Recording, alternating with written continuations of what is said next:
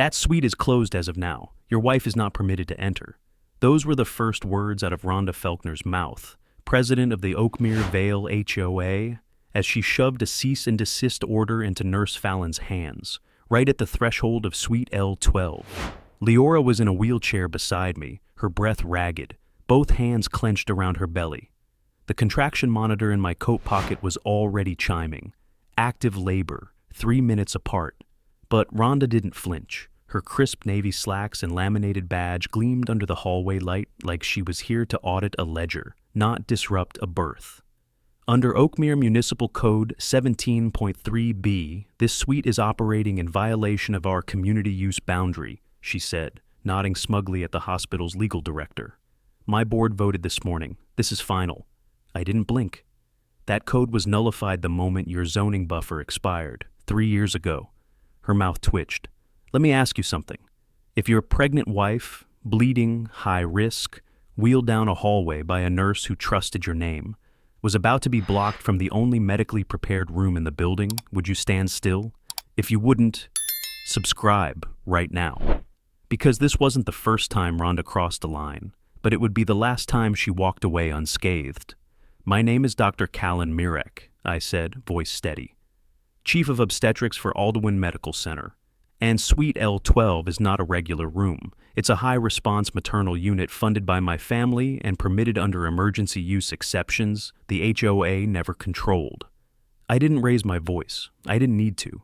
Because the last time someone I loved delivered without proper safeguards, she didn't survive. That room, Suite L12, was the room I built in her name. My sister, Malene, was 32 when she bled out on a gurney because the trauma bay was full and the regular suite wasn't stocked. I had just finished a shift when the code blue echoed through the halls. I ran. I opened the door. I saw the blood still soaking through the mattress. I swore it would never happen again.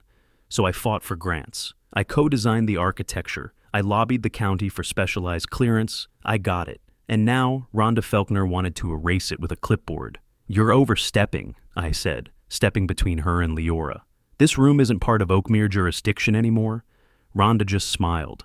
The grant filing was never recorded with the assessor's office. Technically, it's still HOA-adjacent land. Your Suite L12 exists on a legal contradiction, Doctor. And contradictions carry liability. Behind her, a man in a beige windbreaker, a private compliance officer apparently, stood next to the fire door, arms folded, silent. Leora groaned again. Callan! I turned. Fallon, get her on oxygen. Keep her upright. Keep the drip ready. Fallon hesitated. She looked at Kara Essel, the hospital's risk-averse legal director, who hadn't spoken once. Kara stepped forward slowly. Dr. Mirek, given the cease and desist and the zoning ambiguity, I recommend we move your wife to a non-contested delivery suite. That room doesn't have factor fee plasma stocked, I snapped. You want her to hemorrhage because Rhonda filed a paper she didn't even have standing to issue? Callan. Leora's voice was thinner now, pale. She was sweating. Her fingers trembled. And Rhonda? She watched it unfold like it was a budget review. This wasn't a neighbor with concerns. This was a woman on a power trip, using outdated legal filings to gamble with my wife's life. Because somewhere, somehow, someone gave her a title and she never looked back.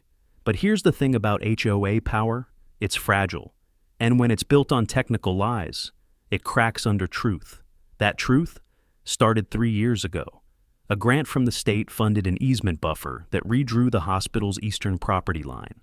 The buffer removed Suite L12 from the HOA's oversight, but that change was never filed properly.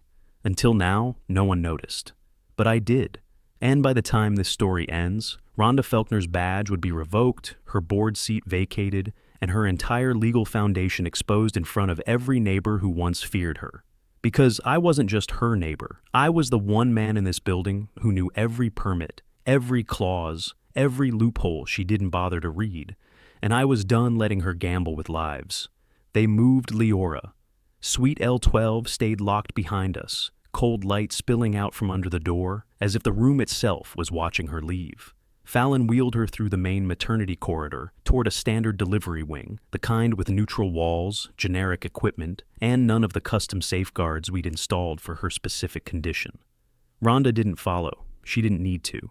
She had already won round one, and she knew it. By the time we got Leora situated, her vitals were climbing. Not dangerously, not yet, but she was anxious, shaking, and trying to stay calm, even though the sterile air in that backup room made her feel like she was under a spotlight instead of under care. "This one doesn't have the chilled plasma," Fallon said quietly, almost ashamed. "We can call it in, but it'll be a delay." I already knew. I helped write the prep lists. L12 was designed for patients like Leora, preloaded with clotting agents, elevated fetal monitors, trauma access, and a dual drip system. This room, it had the basics. It would work for a healthy pregnancy. Not this one. I kissed Leora's forehead and told her I'd be back in 5 minutes. She nodded once. She didn't have the strength to argue. I found Cara Essel in her office. She didn't look up when I stepped in. "We're not trying to hurt your wife, Callan," she said, "but the cease and desist puts us in a bind. If we ignore it and something goes wrong." "She could die either way," I replied. "And if the room that would have saved her stays locked because you're scared of a woman with a fake badge and a bloated charter, then you're not managing risk. You're enabling negligence." "She's the president of the HOA, Callan. That carries weight." "Not here. Not in this building." I leaned on the desk with both hands. "I know Rhonda's type," I said. "I've lived in Oakmere for 9 years. First it was mailbox uniformity, then fence colors, then noise limits that banned birthday parties. Now she's pushing jurisdiction across the hospital wall because she thinks HOA oversight means moral authority. But Cara, she doesn't have it, and I'm going to prove it." Cara finally looked up. "She said the easement wasn't filed properly." "She's right," I said. "But that doesn't mean she owns the land." I left before she could speak again. I didn't need permission, I needed a path. Outside, the hospital lobby buzzed with quiet motion. New parents, nurses, administrative staff. On the wall above the main desk was a donor plaque for Suite L12, Mirek Family Legacy Fund, in memory of Malene Mirek, MD. I stood there a moment, just long enough for the tightness in my throat to settle into something colder. Determined. By the time I got back home later that night, the Oakmere community message board had already lit up. The subject line read, "HOA action preserves community boundary." "Thank you, President Felkner." The post was sickening.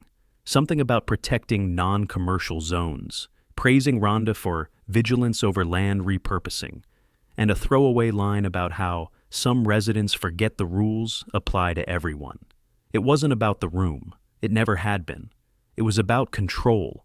And the worst part was, the neighborhood didn't even know what she'd done. They thought she was saving the community from outside disruption. She was endangering a woman's life because of an outdated piece of paperwork. And I knew the only way to take that control back was to cut her authority off at the root. But I needed help, someone on the inside. I thought of one name, Darren Tolson, HOA treasurer, quiet, young, always looked uncomfortable when Rhonda spoke too long. A numbers guy who didn't have the stomach for politics. He wouldn't speak up on his own. But if he saw the truth, really saw it, he might do more than stand by. That's when I remembered something else.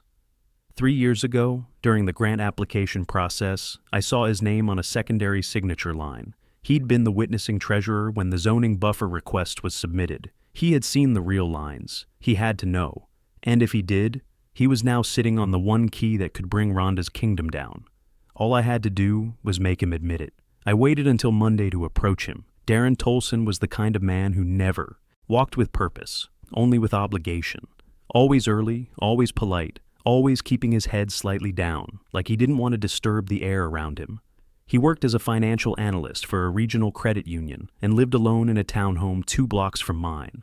We'd passed each other at HOA meetings, barbecues, mailbox clusters. He always smiled, but never for too long. I found him that morning, unlocking his mailbox, hands full of recycling, earbuds in. I didn't speak until he saw me. No pressure, no crowd, no neighbors to hear. "Morning," I said. He paused, surprised. "Dr. Mirek." "Hey, everything okay?" "Not exactly." He shifted uncomfortably, lowering his mail. "I heard there was some sort of disagreement at the hospital." "Disagreement implies both sides had merit." He didn't reply. I stepped closer, voice low.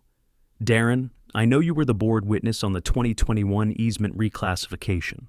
You signed off on the zoning buffer. I saw your name on the grant application when we were outfitting Suite L12. He blinked once. That's when I saw it. A flicker of recognition, followed immediately by caution. I mean, I was there for some of the filing, but I don't... You were there? I cut in. You signed the paperwork that moved the jurisdiction boundary, which means, you know, the HOA doesn't have legal authority over the annex where the hospital suite sits now. His mouth opened, then closed. I'm not trying to cause trouble, he said. But Rhonda said the filing was never completed, that the city never recorded the update. So even if the HOA board approved it back then, legally, you know that's not how it works. You're the treasurer. You know approval creates enforceable intent, especially when a grant is issued on those terms. He looked down at the ground, then back up at me. Why are you coming to me? Because you're the only one on that board who hasn't lost his spine. That landed harder than I intended, but I didn't pull it back. Darren hesitated for a long moment. Then he sighed. She really forced your wife out of the suite. In active labor, I said, with a clotting disorder that could have killed her. And if Kara hadn't bent hospital policy to accommodate Rhonda's bluff, I'd be standing over my wife's grave right now instead of talking to you. He dropped his gaze again. Something in him softened, maybe shame, maybe fear. She told us it was a simple boundary challenge, he said. Said it was about protecting the integrity of residential borders. She never mentioned a medical facility or patient risk. She didn't even say your name. That was the point, I said. She lied to consolidate control, and now she's using the HOA like a weapon. Darren swallowed. Even if I did want to help, what could I do? You were the board witness on the original vote. If you step forward, if you confirm that the jurisdiction change was filed, then she can't claim standing anymore. That would invalidate her cease and desist and expose her to legal consequences, especially if the grant money was contingent on compliance she never followed through with. He looked genuinely torn. You realize what you're asking me to do? That board protects itself. If I go public, you won't be going public. Not yet. Just meet me. One time. I want to show you something. I handed him a small folder. Inside were 3 things. A printed copy of the original easement map with his signature circled. A copy of the grant's disbursement clause referencing municipal compliance, and a photo of Leora from 3 days ago, post-delivery, pale and exhausted, IV in both arms. He didn't open it. He just stared at the folder like it was already heavier than he could carry. I'll think about it, he said, almost a whisper. I nodded and turned to walk away. But I'd seen enough. He already knew the truth. He just needed to decide if he had the courage to admit it. And something told me Rhonda hadn't prepared for that. By Wednesday, Rhonda had already posted a second memo to the community portal. Clarification on property protection actions, the header read, in bold, all caps. The text was slick, full of soft legal phrases and rehearsed corporate concern. She called it a necessary measure to prevent misuse of contested perimeter facilities, and claimed the HOA acted in good faith to protect neighborhood zoning standards.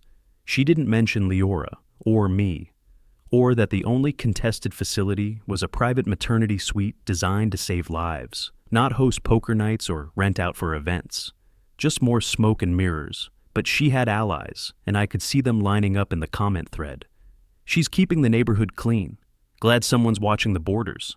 People forget we signed up for this. What none of them knew was that the easement had already moved. Rhonda was enforcing power she didn't legally hold, and now she was doubling down. That meant she was scared. She was bluffing harder because she knew someone might be ready to call it, that someone had to be Darren. So I waited.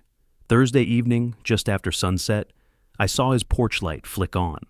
I walked down the block, slow and steady, past trimmed hedges and identical garage doors.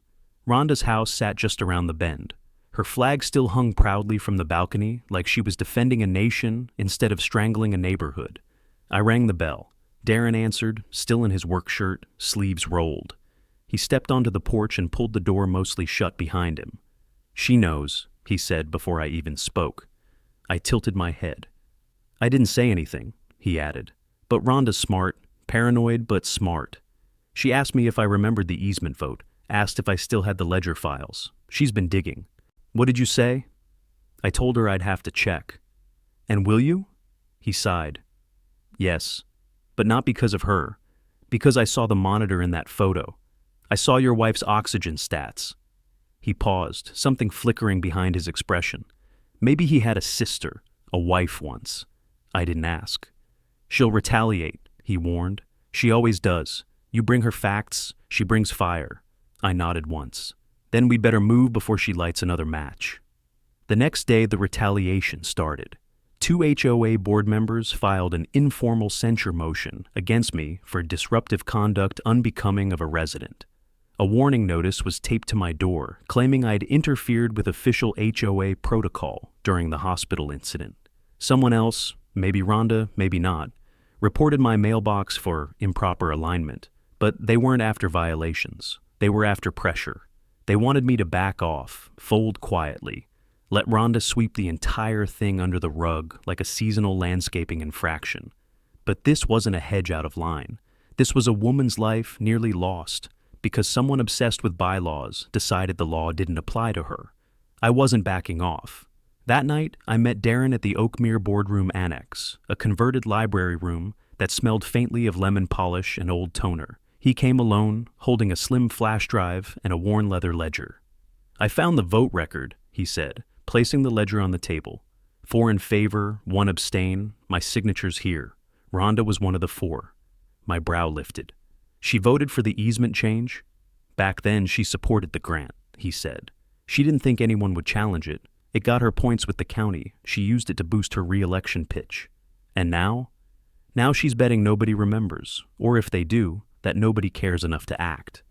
I leaned back in the chair and stared at the ceiling for a moment. She just bet wrong. Because what she didn't realize, what people like her never realize, is that the small details they think no one will notice are exactly the ones that undo them. Darren slid the flash drive across the table. Digital copy of the meeting notes, time-stamped, filed. You'll want this next. He didn't smile, didn't gloat. He just stood, gave me a small nod, and left through the back door. I sat in the boardroom, alone with the proof. Rhonda's entire claim, her cease and desist, her jurisdiction, her war on Suite L12, had just expired in my hands. Now, I just had to let the clock run out in front of everyone. I didn't sleep that night, not from worry, those days were over, but because my mind was already parsing the angles. Every motion Rhonda had filed, every policy she leaned on, every board resolution she cited in that smug press release memo, all of it was built on a boundary she no longer owned, a bluff with nothing behind it but old paper and louder words.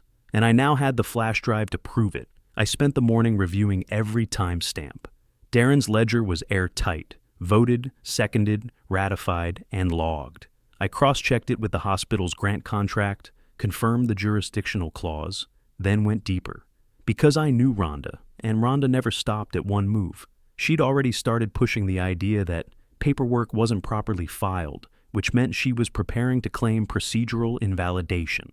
She'd argue that if the filing wasn't recognized by the city, it never legally took effect, but that's where she'd made her final mistake. She assumed no one would look at the grant disbursement policy, a clause only 3 people ever read. I was one of them. The clause specifically stated that HOA vote confirmation was sufficient for municipal application, and the disbursement served as legal acknowledgement of zoning adjustment unless formally contested. And no one contested it, not in 3 years. That meant Suite L12 sat on land legally acknowledged by the state as hospital-controlled. That meant Rhonda had filed a false cease and desist on non-HOA property, which, in legal terms, meant fraudulent claim of jurisdiction. She hadn't just crossed a line. She'd forged it, waved a badge over it, and pushed a woman in labor out of her own medical suite. Now it was time to push back. I printed the grant clause and attached the zoning confirmation. Then I wrote an affidavit describing what happened the day of Leora's labor, what Rhonda said, who she brought, the condition my wife was in, and the consequences of moving her. I filed everything into a formal complaint addressed to the city zoning board and copied it to hospital legal, the HOA oversight office, and the Aldewin Medical Ethics Committee. I wasn't just proving the room was ours. I was proving she'd weaponized her title to endanger someone's life. When I submitted the complaint, Kara Essel called me 20 minutes later. I just read it, she said. Her voice was low, different, no longer clipped and administrative. There was weight in it now. We're preparing an internal memo. Board will want to meet Monday. What about Suite L12? She paused. I'll override the lock, she said. Effective immediately. We'll list the complaint as grounds for emergency reconsideration. Your wife has postpartum follow-up scheduled, doesn't she? Yes. Book her into L12. I thanked her, and this time she didn't hang up quickly. She stayed on the line just long enough to say, I'm sorry. That afternoon, I wheeled Leora through the hospital's east wing. Her grip was weak but steady, her fingers tracing the edges of the chair's armrest. When she saw the L12 plaque, her eyes welled, not from pain, but relief. We entered together, the same floral wall my sister once designed, the specialized lighting, the emergency counter stocked, with chilled plasma. Everything exactly as we built it. Leora leaned back in the chair and looked at me. She really tried to erase this. She tried, I said, but she didn't know the foundation. That night, I stood in front of my laptop, fingers hovering over the community forum's post box. Not a rant, not a war cry, just the truth. A copy of the signed HOA resolution, a screenshot of the grant clause, and a simple caption. The HOA gave up control of this land 3 years ago. Rhonda knew. She enforced it anyway. My wife almost died because of that lie. I hit post. Then I waited. The silence lasted 6 hours. Then came the first comment. Then 10 more. Then someone tagged a local reporter. Rhonda had controlled the conversation for too long. Now it was time for the facts to speak louder than her clipboard ever did. The next morning, someone left a white envelope tucked into my front door frame. No name on it. No return address. Just thick cardstock with the HOA's emblem embossed in gray across the seal. I peeled it open without hesitation. It was a formal notice. Community Conduct Warning, signed by Rhonda herself. According to her letter, I had violated Section 14.7c of the Digital Conduct Guidelines by spreading incomplete or damaging information about elected HOA officials through unauthorized platforms. The punishment? A fine. And a summons to a special closed-door review hearing the following week. She was calling it slander. I read the notice twice, then set it on the kitchen counter beside the baby monitor and Leora's postnatal prescription sheet. For a moment, I just stood there, taking it in. The flat audacity of it.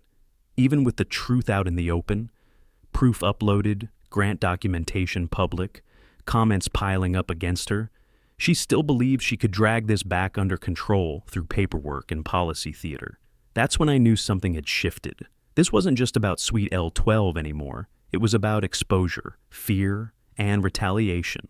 Rhonda wasn't trying to silence me because I'd misstepped. She was trying to punish me because I hadn't. I grabbed the notice and drove straight to the Oakmere Community Center. Not to appeal it. There was nothing to appeal. But to confirm my next step.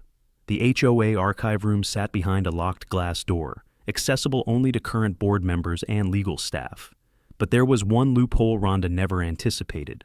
The bylaw clause she added 2 years ago that allowed medical exemption holders, those with ongoing health-related disputes, to request full transparency access through the HOA's Public Information Officer, which, until last year, had been a ceremonial title. Now it belonged to a woman named Kelsey Dorn, mid-40s, part-time dental hygienist, and someone who owed me a favor after I helped her daughter deliver a breech baby without incident 2 winters ago. Kelsey met me in the hallway, scanning the corridor before unlocking the archive door. "You've got 10 minutes, she whispered.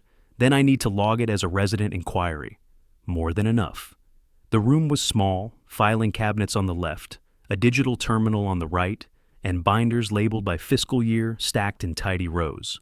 I didn't need history. I needed one thing, the digital records log. I signed into the terminal, navigated to the 2021 folder, and opened the internal correspondence archive. There it was, an email from Rhonda to the board dated 3 weeks after the easement vote.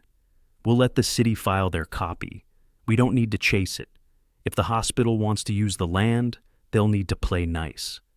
She knew the boundary had moved. She knew the HOA had no jurisdiction, and she'd made the conscious decision to let it slide, assuming no one would look too closely. I copied the email to a secure drive and returned it to my pocket just as Kelsey tapped on the door. "Time's up." I nodded and slipped out. By the time I got home, Leora was sitting on the couch, one hand resting on her stomach, the other holding her phone.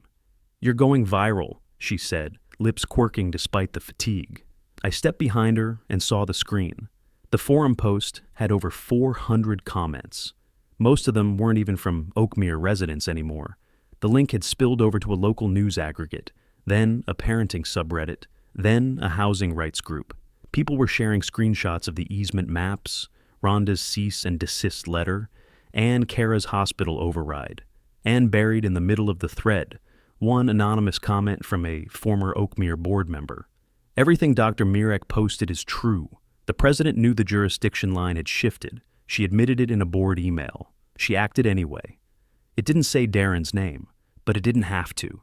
He'd made his move, and now Rhonda's last defense, plausible ignorance, was gone. I looked at the white envelope still sitting on the counter. Let her find me. Let her hold her hearing. Let her posture and panic and scramble to save face. Because what she didn't realize was that while she was counting violations, I'd been building a case. And the next time we met, it wouldn't be under her rules. It would be under law. The first knock came just after 9. Not a doorbell. Not the usual rap of a delivery drop. It was sharp, measured, HOA style. The kind of knock that made you straighten your spine before you even turned the handle. I opened the door to find Darren standing there, a manila envelope clutched in both hands, eyes scanning the street behind him like he'd stolen something. "Can I come in?" he asked, already stepping forward. I shut the door behind him, locked it, and motioned to the kitchen table. Leora was upstairs, resting. The baby monitor glowed quietly next to the fruit bowl. Darren set the envelope down and exhaled hard. "She's trying to wipe the board logs," he said. "The digital ones. I checked last night. 3 meetings from 2021 were missing, including the grant vote. Did you back them up?" He nodded. I downloaded them before she noticed. "But it's not just the logs. She's calling an emergency vote tomorrow to retroactively declare the grant inapplicable. If she gets 3 votes, she'll claim the easement was invalidated and that your post violated HOA decorum rules." "She's rewriting history," I said. "She's trying," he corrected. "But if we expose her before the vote, she can't use it." I opened the envelope and found a printout of an internal email chain from that same period. Rhonda, in her own words, stating that she planned to delay filing the jurisdiction update because she didn't want the hospital to get too comfortable. "She deliberately suppressed a zoning change," I said, reading aloud, "and then pretended it didn't exist." "Intentional delay," Darren added. "That's willful manipulation of public record. Technically, it's grounds for removal." "Technically?" He met my eyes. "I spoke to someone on the county oversight board. If the manipulation can be verified by a third party, non-board, they'll audit her seat. But I can't file it. I'm still on the board. It needs to come from someone outside." I didn't hesitate. "I'll file it today." Darren looked down at the table, hands spread wide. He stayed like that for a moment, not speaking. Then he looked up, and his voice came quieter. "I didn't know what she was doing, Callan. Back then, I thought it was just small stuff, eager enforcement, keeping the community clean. And now?" He smiled, but it didn't reach his eyes. "Now I know better." I printed the complaint that afternoon, attached the grant, attached the logs, attached the email with her original quote, everything time-stamped, indexed, and duplicated in 3 separate folders. Then I drove it to the municipal ethics office in person. The clerk behind the glass read the summary twice, then handed me a stamped copy and said, "We'll notify the complainant within 72 hours. I walked out into the sun and took my first real breath in days. The moment I returned home, Leora was waiting with her phone in her hand. "She just posted again," she said. "A whole letter on the portal, accusing you of falsifying documents and manipulating a board member." I sat beside her, pulled up the thread, and read it. It was long, defensive, wrapped in legal phrasing. Rhonda claimed I'd coerced Darren into violating board confidentiality and that a select resident with disproportionate medical influence had deliberately misrepresented community zoning boundaries. It was desperate. She sounded like a woman who knew her throne was cracking, but she still had one move left: the vote. If she got 3 board members to support her new motion, she'd try to relegitimize the boundary on paper. It wouldn't hold legally, but it would muddy the optics. It would give her just enough cover to spin this as a neighbor dispute instead of what it really was, a premeditated abuse of power. So, that night, I began drafting something else, a public statement, not emotional, not vengeful, just a timeline, and every line backed by evidence. And at the top, I typed 5 words: the truth of Suite L12. The day of the vote, I wore my hospital ID clipped to my collar, not out of habit, but as a reminder. A reminder to the board, to the community, to myself. I wasn't just some angry homeowner stirring up drama. I was the chief of obstetrics who'd watched his wife nearly die because someone with a clipboard decided that bylaws mattered more than breath.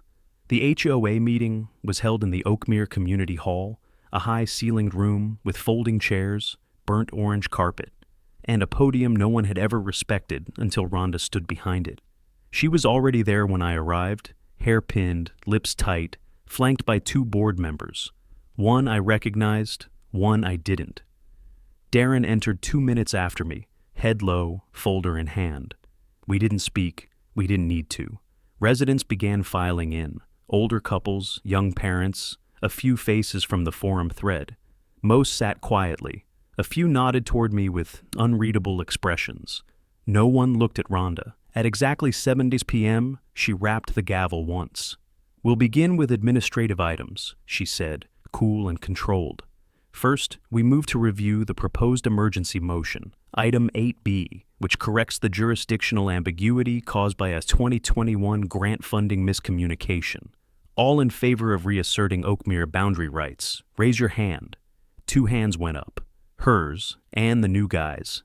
Then silence. She looked to Darren. His hand didn't move. Rhonda's lips twitched. "Treasurer Tolson, we need your vote to reach quorum." "No, you don't," Darren said, loud enough for everyone to hear. "Because I abstained from that motion in 2021. I abstain now." She froze. Before she could speak, I stood. "I have a prepared statement," I said, voice firm. Rhonda opened her mouth, but one of the older residents, Mr. Halberd, 2 rows back, raised a hand. "Let him speak." She hesitated, then sat back. I stepped to the podium and set a folder down. "My name is Dr. Callan Mirek. My wife, Leora, nearly died last week because this board, led by President Felkner, issued a cease and desist that barred her access to Suite L12, an emergency maternal care unit built for her condition. The justification for this action was a claim of HOA jurisdiction over the suite's land. That claim, as you will see, is false. I opened the folder and began distributing copies to the front row, residents, not just board members. One by one, they passed them back. Inside, you'll find the HOA vote from 2021 approving a zoning buffer, adjustment, the corresponding grant from the state recognizing that adjustment, and emails signed by President Felkner acknowledging that this boundary change was intentionally withheld from formal filing. I've also included a statement from our hospital legal team confirming that Suite L12 sits outside Oakmere's current jurisdiction. No one moved. I let the silence breathe, then continued. "I'm not here to argue politics. I'm here because a woman almost died. And because the people responsible for that danger are now trying to rewrite history to protect themselves from the consequences." I looked directly at Rhonda. "And because the truth doesn't go away just because you delay a filing." She stood slowly, arms crossed. "This is a witch hunt," she said. "A smear campaign based on misfiled documents and emotionally charged rhetoric." "That rhetoric saved your neighbor's life," someone said from the back. Rhonda's face stiffened. I nodded to Darren. He stood and held up his own copy.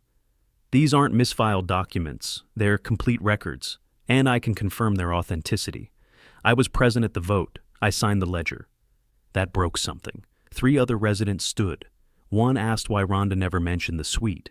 Another asked who'd authorized the fine notices. A third demanded a full audit of emergency motions going back 2 years. Rhonda tried to gavel the room down. No one listened. I walked back to my seat. I didn't smile. I didn't gloat. This wasn't the win.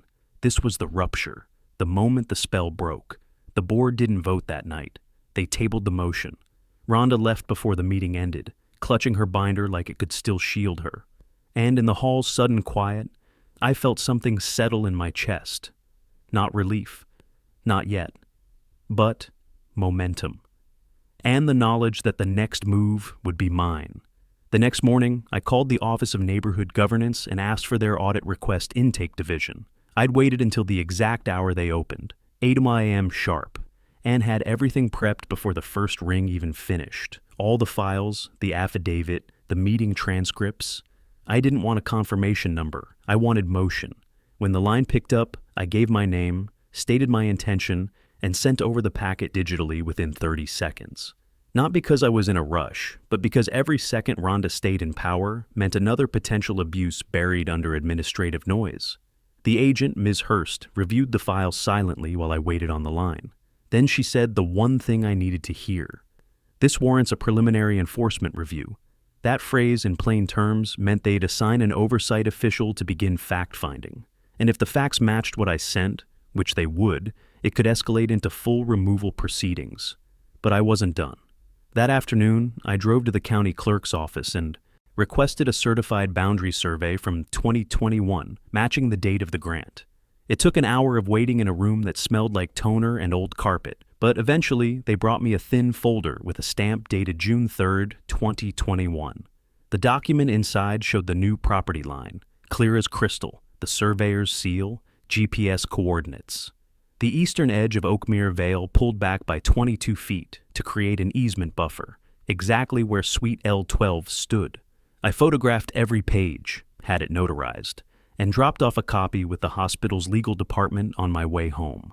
When I walked in, Leora was sitting at the dining table, laptop open. She had that look, tired but sharper than glass. "She called the house," she said, without looking up. "Rhonda?" She nodded once. "Left a voicemail saying the community was unsettled by the tension and hoped we could come to a mutual understanding for the sake of neighborly peace." I pulled out a chair and sat beside her. "She's losing ground," I said. "No," Leora replied. "She's finally feeling it." I didn't respond. I didn't need to. She was right. The community had been quiet for so long, trained into politeness by notices and citations, and polite little warnings slid under their doors. But now the spell was breaking. 3 new forum posts had gone up since last night's meeting. One resident uploaded copies of a noise violation they received for hosting their autistic nephew. Another shared pictures of Rhonda's car parked over the community flower bed, a violation she fined someone else $100 for just 2 weeks earlier. The silence was fracturing, one voice at a time. But Rhonda still had the official title, and until she didn't, this wasn't over. So I spent the next day building the second part of my counterplan, the petition. Under Oakmere's bylaws, any resident could file a motion for board recall if they secured signatures from at least 30% of homeowners. It didn't guarantee removal, but it would trigger a formal recall vote within 14 days. And Rhonda couldn't suppress a recall vote. Not legally, not unless she wanted to open herself to full legal exposure for voter suppression and civil liability. I printed the first draft of the petition. Simple, clean language. No anger. Just a call for vote of confidence based on the president's pattern of procedural misconduct, failure to disclose critical boundary changes, and actions that endangered resident safety. Then I printed 50 copies, bought a clipboard, and walked the neighborhood one house at a time. Some doors didn't open, some cracked but didn't sign. But by the end of the 3rd hour, I had 11 signatures. By sunset, I had 23, and by nightfall, 32. Leora came outside just before 10 with tea in her hands and a blanket over her shoulders. "You're not stopping, are you?" she asked. I shook my head. "Not until that board has to answer to the EOSTA, people who live here." She passed me the tea. "Then take a break and keep your voice steady." I took a sip. The heat stung. The right kind of sting. Rhonda had tried to control the boundary on paper, but now I was redrawing the one that mattered most, in hearts, not lines. Rhonda didn't respond publicly to the petition, not in words at least, but she didn't have to. Her counterstrike came 3 days later in the form of printed flyers, slipped under doors, taped to mailboxes, stuffed into newspaper sleeves. "Protect Oakmere's standards," they read across the top. "Don't let one neighbor's vendetta destroy our neighborhood." The text didn't mention me by name. It didn't have to. A certain resident with medical influence, exploiting personal trauma for control, using emotional manipulation to undermine board structure. It was all veiled just enough to avoid legal exposure, but aimed precisely enough to stir doubt among the undecided. Leora found the flyer before I did. She brought it inside, unfolded it with shaking hands, and stared down at the last line. Some people don't want to follow the rules. They want to rewrite them. Is this what she thinks this is? Leora said quietly. That we wanted to change rules? I took the paper from her gently. She doesn't care what we wanted. She cares what people believe. And in a neighborhood like Oakmere, belief was power. It wasn't the flyer itself that got to me. It was the timing. The recall vote was now 6 days away, and Rhonda was betting she could tilt enough residents with fear, not facts, not documents, just the idea that change was riskier than the status quo. But fear only works when it's louder than the truth. So I made the truth louder. Over the weekend, I held a gathering on the public green, one of the few communal spaces not under HOA restriction. I didn't call it a rally. I didn't brand it as protest. I simply invited neighbors, printed 25 copies of the boundary documents, and brought coffee. To my surprise, over 30 people showed up. Some had never spoken to me before. Some came quietly, stood at the edge, watched. Others came straight to the table, scanned the documents, and asked one question after another. Did she really lie about the vote? Why didn't we hear about the grant? Why would she block a hospital suite? I answered everyone. No spin, no dramatics, just the timeline, the evidence, and what almost happened to Leora. At the end, Mr. Halberd, the man who'd backed me in the meeting, stood up and looked out at the crowd. I've lived here 18 years, he said. I've seen 5 HOA presidents come and go, but I've never seen one try to rewrite the lines under our feet. People murmured, heads nodded. The momentum was shifting again. After the green cleared out, I checked the online petition dashboard. We'd passed the 30% threshold by morning. The recall was officially locked in. Rhonda tried one more tactic the next day, email blasts warning of financial risk to Oakmere if the board was destabilized. She claimed the HOA's insurance could be revoked if unstable residents hijacked governance. A final attempt to frame everything as chaos. But she didn't know that the insurance agency had already received a courtesy alert from the oversight board, noting pending irregularities in her cease and desist.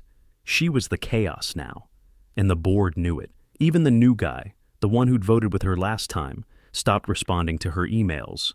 Darren confirmed it. He's quiet, he told me, but not stupid. Then came the city's response. The ethics board had reviewed my complaint, confirmed receipt of all verified materials, and issued an official notice of investigatory interest. That alone didn't remove her, but it barred her from initiating any new board actions or HOA enforcement for 30 days. She was still president on paper, but her power had gone silent, and the residents knew it. Now all that remained was the vote.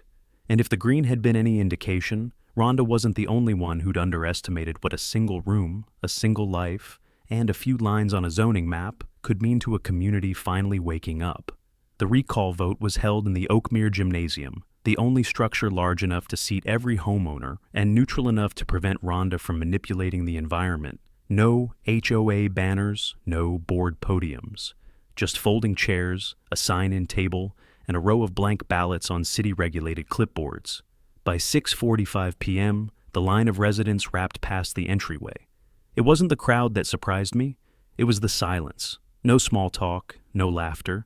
Just the hum of quiet indignation, the rustle of paper, the sharp click of pens scratching boxes. Rhonda arrived late, walking through the gym's side entrance wearing her trademark navy blazer, sunglasses pushed up into her hair. She didn't look shaken. She looked rehearsed, confident, as if she still believed the nameplate on her front door carried weight. She made her way to the front and took her seat without acknowledging anyone. No smile, no nods. Just the flick of a folder opening and a glance toward the corner where I sat beside Leora. The ballot asked one question. Should HOA President Rhonda Felkner be removed from office, effective immediately? Yes or no. No speeches, no debate.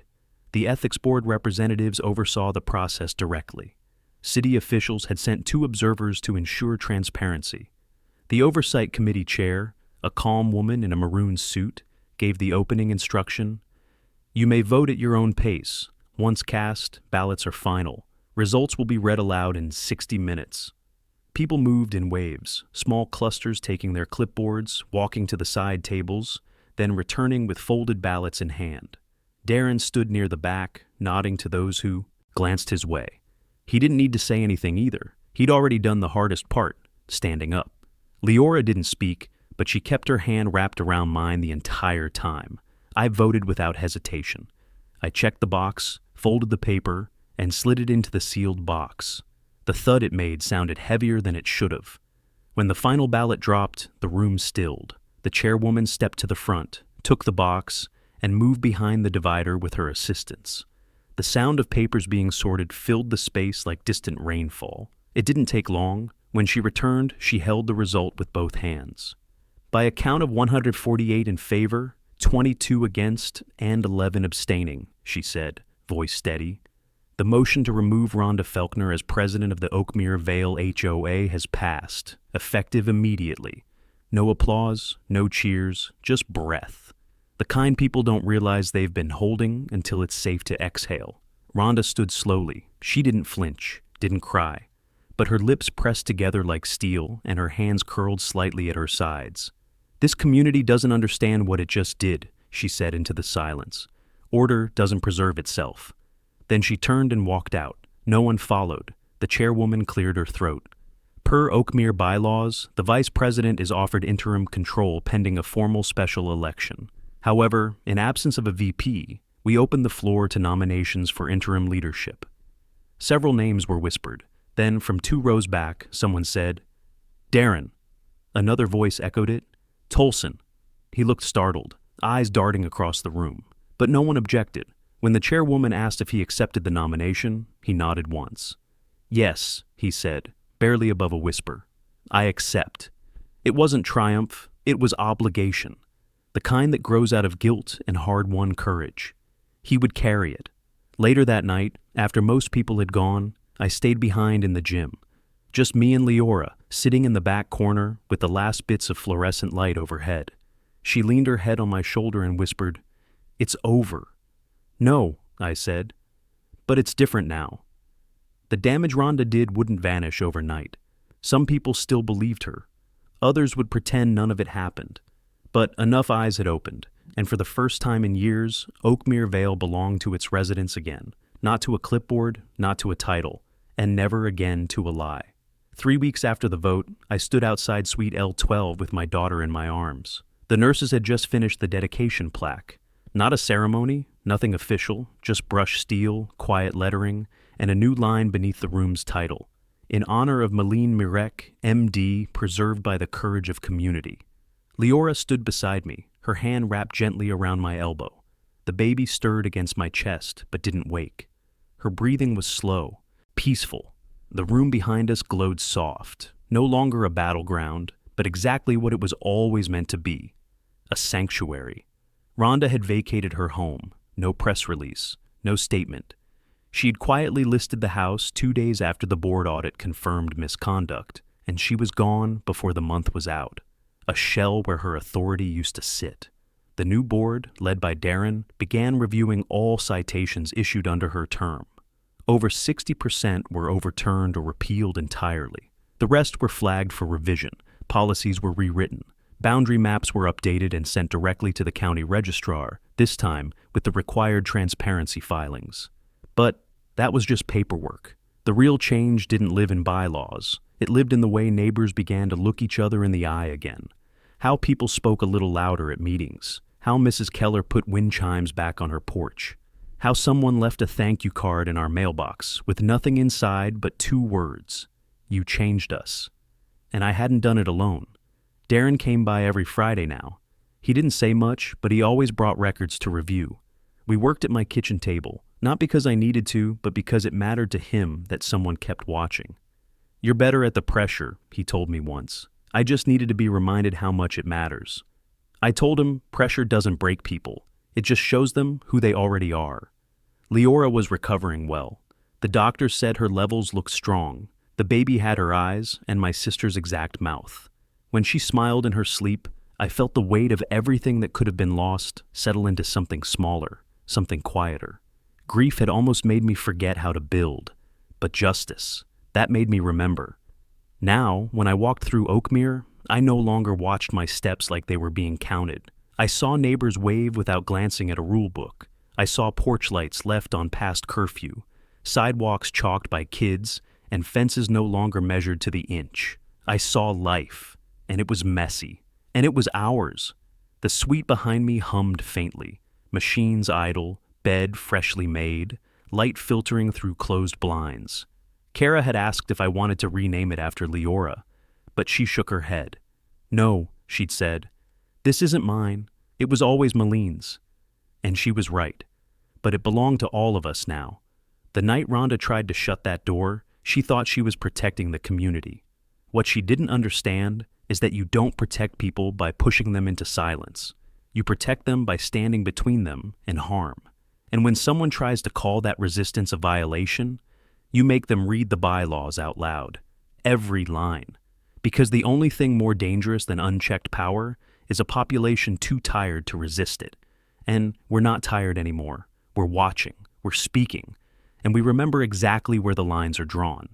If you've ever lived in a neighborhood like mine, where power hides behind clipboards and citations, tell me in the comments. Share your story, your fight, your moment of clarity, because silence is how people like Rhonda win, and truth is how they fall. If this story struck something in you, subscribe, because the next one might be yours.